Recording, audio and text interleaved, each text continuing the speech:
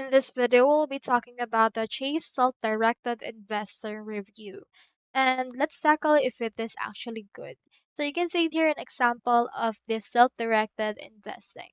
So this is actually part of JP Morgan and it offers a user-friendly platform integrated with Chase accounts, making it appealing for existing Chase customers.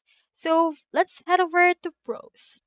So for the pros of this one, you can see that they have user-friendly platform that is actually accessible using the mobile app and website designed for ease of use. They also have integration with Chase account and they don't need to transfer it to other account anymore because they have it integrated with Chase.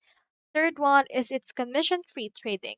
They offer commission-free trades for stocks, options, ETFs, and mutual funds, which is a significant advantage.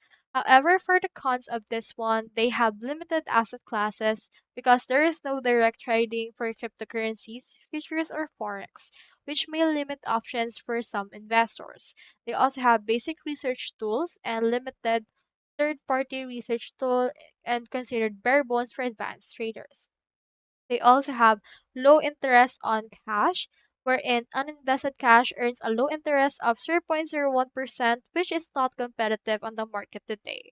So, although many users appreciate the integration and ease of use, some express dissatisfaction with the platform's functionality and compare to other brokers like Fidelity or Vanguard.